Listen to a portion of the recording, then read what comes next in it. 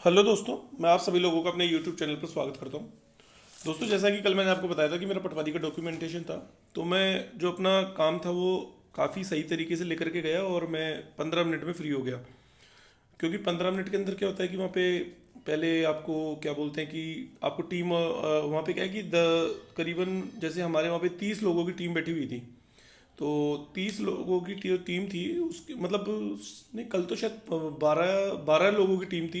अलग अलग उन्होंने बना रखी थी, 12 टीमें बैठी थी। तो एक टीम के अंदर लगभग 30 बच्चे अपना डॉक्यूमेंट वेरिफिकेशन करवाते थे। तो जैसे 30 जनों का सुबह से चालू होता था 10 बजे से लेकर के 5 बजे तक चल रहा था। तो मैं करीबन 2 सवा 2 बजे करीबन पहुंचा था। और 1 से 2 के बीच में उनका लंच था। तो मुझे पहले क्या करना पड़ता है, पहले क्या होगा कि पहले जैसे आपका रजिस्ट्रेशन होगा। वो क्या है कि जो आपके जो जो जिसका सिलेक्शन हुआ उनके रोल नंबर्स जहाँ पर आप जाएंगे, जो जो जगह आपको आवंटित होगी कि जहाँ पे आपका डॉक्यूमेंट वेरिफिकेशन होगा, वहाँ पर आपको क्या बोलते हैं, वहाँ पे ऑलरेडी आपका सब कुछ मतलब पहले से पूरी जानकारी होगी कि हाँ भाई ये बच्चा है, ये बच्चों के रोल नंबर है। तो रोल नंबर के हिसाब से आपका रजिस्ट्रेशन कर देंगे और आपको क्या कहते हैं वो टीम बता देंगे कि भाई आपको इस टीम के पास जाना है। मतलब 1 नंबर, 2 नंबर, 3 नंबर ऐसे लेकर के जो भी आपका मुझे लगता है कि इसका पटवारी का तो जबकि 22 फरवरी से 31 मार्च मतलब 38 दिन है। तो और जिसमें 11,500 का है, तो लगभग काफ़ी मतलब इन्होंने इस प्रोसेस को आराम से किया है। रीट में तो आप लोगों की क्या है कि 13 से 14 दिन है। तो ऑब्वियस सी बात है कि लोड काफ़ी रहेगा। और एक दिन में मुझे लगता है कि कम से और आपके 30,000 बच्चों का डॉक्यूमेंट वेरिफिकेशन होना है। तो पटवारी में तो 11,000 के लिए 38 दिन लगा दिए, या 30,000 के लिए केवल 15 दिन। तो आप समझ सकते हैं कि एक दिन में कम से कम मेरे हिसाब से 2 से 3 हज़ार बच्चों का डॉक्यूमेंट वेरिफिकेशन होने वाला है ओवरऑल। तो हर जिले का जो है काफ़ी अच्छे से प्रोसेस होगा। ठीक है। अब मैं बता दूँ वहाँ पे क्या हुआ कि हमको अपना टीम दे दी। उसके बाद 2:15 बजे करीबन मैं अंदर गए, मतलब बाहर बैठा दिया। और जिसका नंबर आता जा रहा था वो अंदर जाता। पहले अटेंडेंस होती थी। उसके बाद आपके पहले क्या जो प्रति है वो ले लेते थे वो, कि भाई डॉक्यूमेंट का जो सेट्स है सेट वो आपको लेकर के जाना है। पहले वो आपकी फ़ोटो प्रति लेंगे, उसको पूरी को चेक करेंगे और मतलब देखेंगे कि हाँ भाई आप डॉक्यूमेंट्स तो सारे लेकर के आए। पहला तो वो ये चेक करेंगे। दूसरा वो ये चेक करेंगे कि आप जो डॉक्यूमेंट्स लेके आए उसको फिर आपके ओरिजिनल डॉक्यूमेंट्स है वो वेरीफाई करेंगे कि नए करेक्शन वो सारा वेरीफाई करेंगे। ठीक है। एक चीज़ मैं पहले बता देता हूँ, यदि कोई कमी हो तो उन्हें पहले ही बता देना। ये मत सोचना कि हम इन्हें बाद में बताएं और फिर क्या है कि उससे क्या होता है टाइम वेस्ट होता है।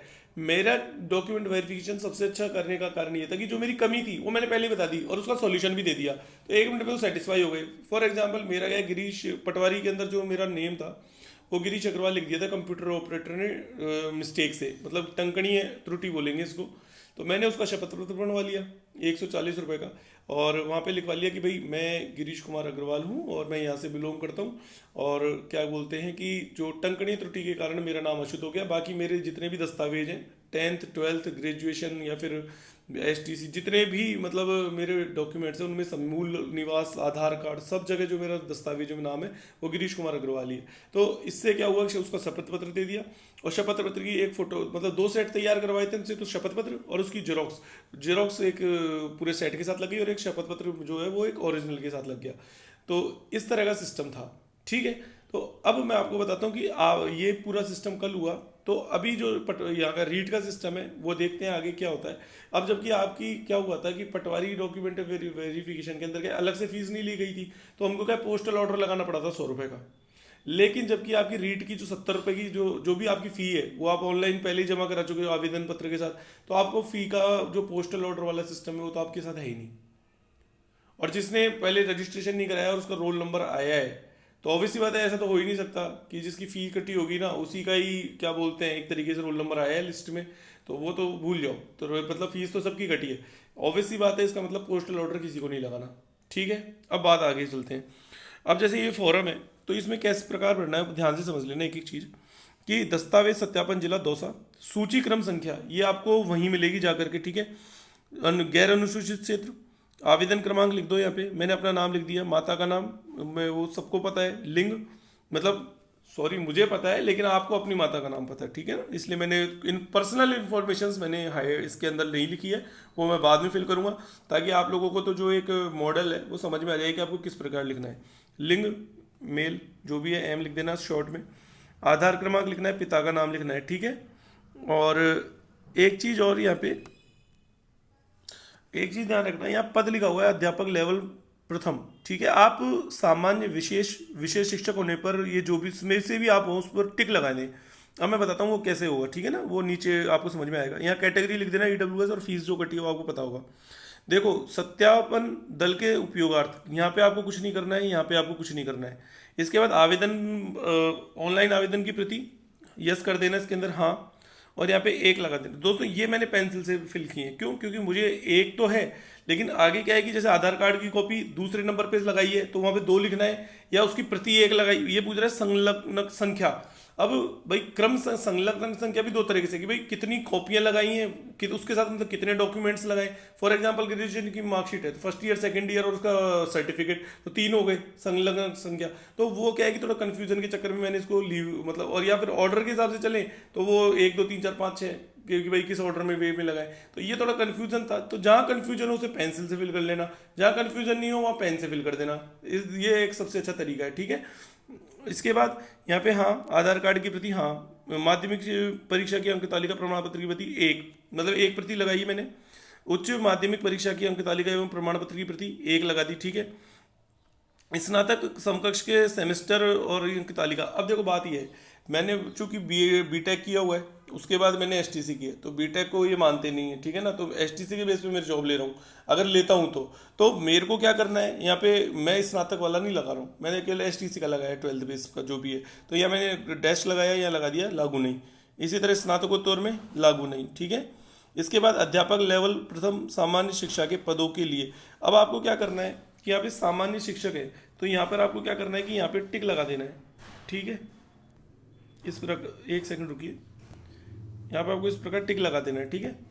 इसके बाद यहाँ पे मैंने 3 प्रतियां लगाई है, एक तरीके से 10th sorry first year, second year और एक रीट का सॉरी बीएसटी का प्रमाण पत्र, और ये हाँ कर दिया। विशेष शिक्षक अपन है ही नहीं, लागू नहीं। विशेष शिक्षा के पद हेतु पूर्ण भारतीय पुनर्वास परिषद से जारी पंजीयन प्रमाण पत्र, लागू नहीं, ठीक है। आगे चलिए। इसके बाद रीट का प्रमाण पत्र 1 प्रति, हाँ।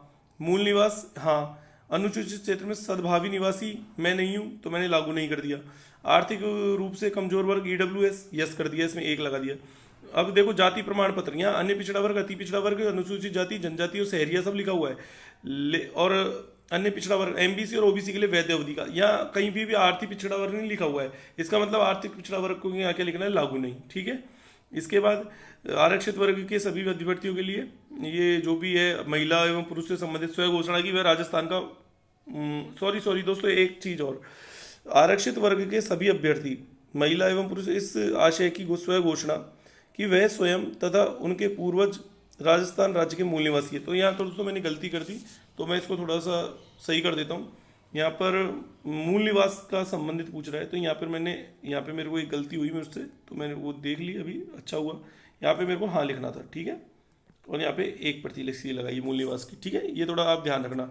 इसके बाद ये अपने से संबंधित नहीं है, विधवा संबंधित, परित्यक्तता अपने में नहीं है, संतान संबंधी स्वयं घोषणा। अब दोस्तों संतान संबंधी स्वयं घोषणा और ये सब पे मैं अभी आने वाला हूँ। विवाहित होने पर दहेज नहीं लेने संबंधी लागू नहीं, और भूतपूर्व सैनिक होने पर सेवा अधिकारी द्वारा अनापत्ति प्रमाण पत्र। अब जैसे देखो दोस्तों, ये मैंने है ना सारे पेन से लिख दिए, अभी मेरी मिस्टेक हुई है, क्यों? विवाह वाला तो नहीं है, चलो कोई बात नहीं, लेकिन सह संतान स्वपति और ये जितने भी है ना, ये मेरे को पेंसिल से लिखने चाहिए थे, क्योंकि अब देखो उसका कारण बताऊंगा। गलतियां मुझसे हुई है, लेकिन मैंने आपको गलतियां चला के की है मैंने, ताकि आप वो गलती ना करें, ठीक है ना। या मैंने लिख दिया अपने मन से, कोई बात नहीं, लागू नहीं, लेकिन अब मैं गलतियां बताता हूँ क्या हुई है मुझसे। जैसे गलतियों से बचने के लिए मैं कह रहा हूँ आप पेंसिल से फिल करना, जहां परफेक्ट हो वहां तो लिख देना पेन से, जहां परफेक्ट नहीं हो वहाँ पेन आप लिखना है लागू नहीं। भूतपूर्व सैनिक लागू नहीं, उत्कृष्ट सैनिक लागू नहीं, दिव्यांग लागू नहीं, आपराधिक प्रकरण न होने का स्वयं घोषणा पत्र, हाँ आपराधिक का मैं अभी दोस्तों एक ही पत्रक में स्वयं घोषणा पत्र बनेंगे जितने भी बनेंगे, ये बात भी ध्यान रखना। वो क्या है कि एक झूठी अफवाह फैलाई गई, और वो किसने ये जो है बिल्कुल गलत तरीके से फैलाया गया, क्योंकि मैं उसके बारे में अभी आगे बात करने वाला हूँ। उसके बाद 2.5 लाख से कम भरी है, नहीं भरी भाई मैंने तो फिल की ही नहीं थी, मैंने तो लागू नहीं हो गया। शैक्षिक प्रशैक्षणिक योग्यताओं के संबंध में 1, हाँ। अंतिम संस्था का प्रमाण पत्र, हाँ। दोस्तों अंतिम संस्था का चाहिए, 2 गजेटेड ऑफिसर का नहीं चाहिए। मैंने कल बताया था कि शायद गजेटेड ऑफिसर का 2 चाहिए, क्योंकि वो पटवारी में चाहिए था, तो मैंने पटवारी में लगाया था, इसलिए मैंने आपको मना किया था। तो क्योंकि दोस्तों क्या है, सुबह वीडियो बनती है तो शाम तक तो उसमें काफ़ी कमियां निकल जाती है कोई, लेकिन आज सुबह यदि हो सकता है मैं ये वीडियो बना रहा हूँ, हो सकता है शाम को हजारों कमी आ जाए, लेकिन इसका अब आप तो क्या है, कोई शाम को देखता तब गालियां बकरा बैठ करके, अरे तुझे अक्ल नहीं है, ये नहीं है। अरे भाई डट जाए यार, तेरे को ज़्यादा ज्ञान है तो तू बाहर जाके कहीं बाहर, ये आता है क्यों इस चैनल पे? मुझे नहीं चाहिए ऐसे लोग। लेकिन बात यह है कि मैं जो बता रहा हूँ ना, मैं कमियां यदि रहती है तो मैं उसको सुधारने का तरीका भी बता रहा हूँ कि आप पेन से फिल मत करना, आप पेंसिल से फिल करना, आप जहाँ जाओ वहाँ पेन से फिल कर लेना आप बैठ करके साथ में। तो इसका मतलब ऐसा नहीं होता है कि आप किसी भी इंसल्ट करो। पहली बात तो मैं बता रहा हूँ, यही बहुत बड़ी बात मान लेना, नहीं कोई नहीं बताता इस तरह, ठीक है ना। इसके बाद यहाँ पे दोसा गिरीश कुमार अग्रवाल जो भी है अपने साइन कर लेना यहाँ पे, ठीक है ना।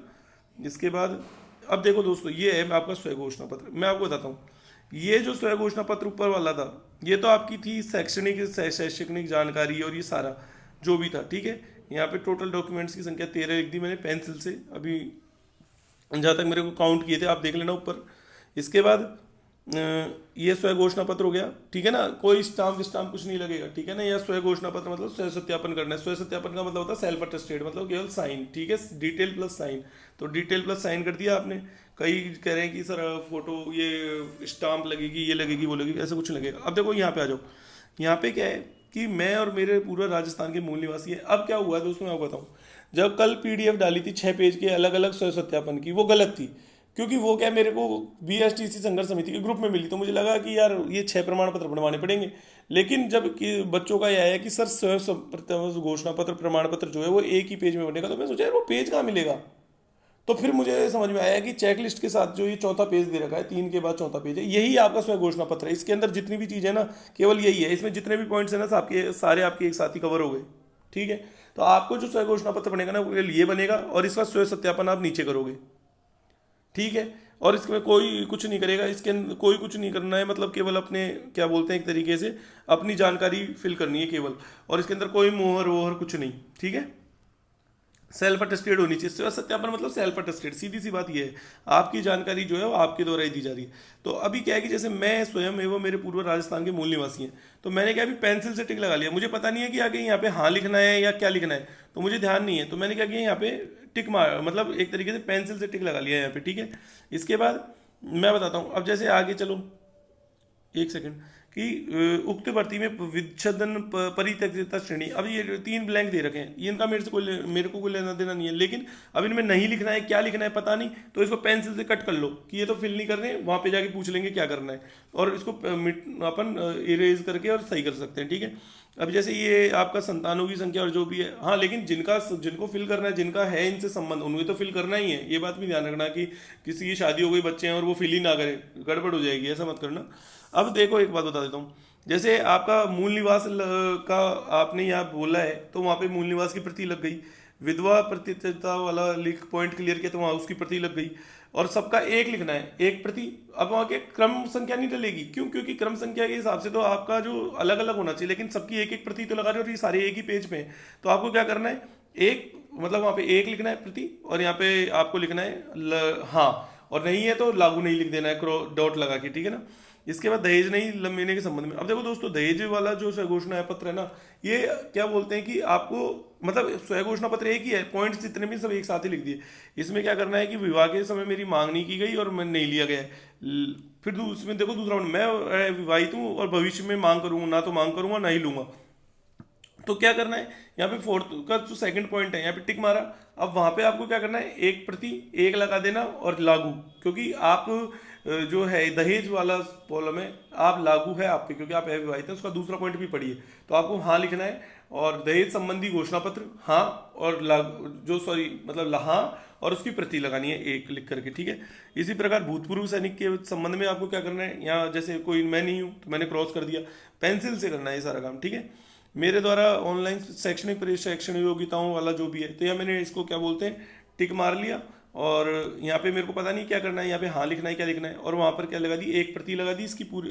तो वहाँ पे क्या करूँगा कि इस पूरे की एक ही प्रति लगेगी, ये बात ध्यान रखना, एक प्रति प्लस क्या बोलते हैं आपका जो भी है हाँ लिख देना वहाँ पे, ठीक है। मेरे विरुद्ध आपराधिक प्रकरण वाला विचार लंबित, तो यहाँ पे भी हाँ लिख करके और इसको आगे चल जाना। मेरे विरुद्ध आपराधिक जो भी लंबित है तो वो जो भी है, ठीक है, ये दर्ज हुए तो जिनके लंबित है, विलंबित है या फिर जो भी है दर्ज है उनको लिखना ही है, अपन तो है ही नहीं है तो अपने को नहीं लिखना है। स्थान दौसा हस्ताक्षर के जो भी है ये इस तरह फिल करना है। अब ठीक है, तो दोस्तों आपको पूरा समझ में आ गया होगा एक एक चीज़ कि अब देखो एक बात ध्यान रखना, स्व घोषणा पत्र जो होगा ना वो केवल एक पन्ने का ये 4th पेज है जिसको आपको फिल करना है खुद को, और जो भी साइन सील साइन जो होंगे ना सब वो वहाँ पे आपके जहाँ पे आपका डीवी होगा वो करेंगे। यहाँ पे कहीं नहीं लिखा होगा। और देखो चेक लिस्ट के अंदर क्या करना है, आपको आपके डॉक्यूमेंट्स काउंट कर लेना और उन टोटल डॉक्यूमेंट्स की जो संख्या है वो इस ब्लॉक में आ जाएगी। तो मुझे लगता है कि आपको काफ़ी चीज़ें समझ में आ गई होगी। अब जैसे मैंने गलती जो की ना, जैसे मैं बता देता हूँ कि मैंने क्या गलती कर दी इसमें। जैसे एक तो स्व घोषणा की वो राज्य का मूल निवासी है, पहली गलती तो मैंने यहाँ की। तो मेरे को क्या कि यहाँ पे क्या लिखना चाहिए था, हाँ ठीक है, मैंने पढ़ा नहीं, मैंने जल्दबाजी में लिख दिया। इसके बाद अगली गलती जो मैंने की वो यहाँ की, संतान संबंधी नहीं, विवाहित होने पर दहेज नहीं लेने संबंधी स्व घोषणा। दोस्तों अब देखो इसमें क्या है, विवाहित होने पर दहेज नहीं लेने संबंधी स्व घोषणा, लेकिन वहाँ पे दूसरा पॉइंट क्या लिखा हुआ है कि वैसे तो यहाँ पे मैंने लागू नहीं कर दिया क्योंकि विवाहित होने पर ही वाला कॉलम है, लेकिन वहाँ पर के हिसाब से देखा जाए तो चाहे आप हो चाहे नहीं हो तो भी आपको क्या बोलते हैं, आप नहीं हो तो हाँ लिख दो कि भाई मैं नहीं हूँ, ठीक है, और उसकी प्रति लगा दो। लेकिन फिर भी अपन ने इसको लागू नहीं इसलिए लिख दिया क्योंकि अपना विवाह नहीं हुआ है, मतलब एक तरीके से जो वो कंडीशन है उसका दूसरा कंडीशन फिल हो रहा है, लेकिन फिर भी यहाँ पे जो लिखा हुआ है उसके अनुसार विवाहित होने पर दहेज नहीं लेने की घोषणा, तो ये पहले लिख करके देना पड़ता है, ठीक है। इसके अलावा भूतपूर्व सैनिक पे कर दिया जो करना था। तो मुझे लगता है कि इसके बाद आपको कुछ, अब देखो जैसे भूतपूर्व सैनिक हो गया, उत्कृष्ट खिलाड़ी, दिव्यांग हो गया, आपराधिक घोषणा पत्र वाला हो गया। एक दोस्तों ये वाला और देख लेना एक चीज़ और, क्या बोलते हैं, शैक्षणिक योग्यता और अंतिम द्वारा संस्थान द्वारा प्रमाण पत्र। तो ये सारा इस तरह फॉर्म आपको फिल करना है, साथ में डॉक्यूमेंट अटैच कर लेना एक के बाद एक इसी ऑर्डर में। पहले आपका ऑनलाइन आवेदन, फिर आधार कार्ड की प्रति, फिर माध्यमिक शिक्षा बोर्ड, उच्च माध्यमिक परीक्षा जो भी है, मतलब 10th 12th और जो भी आपकी स्नातक की है तो स्नातक, बीएसटीसी के मूल निवास और आधार कार्ड और क्या बोलते हैं आपका चरित्र प्रमाण पत्र। इस तरह आपको पूरा फॉर्मेट तैयार करना है और साथ में इसके पीछे कॉपी लगा लेना। तो इस वीडियो में इतना ही, धन्यवाद।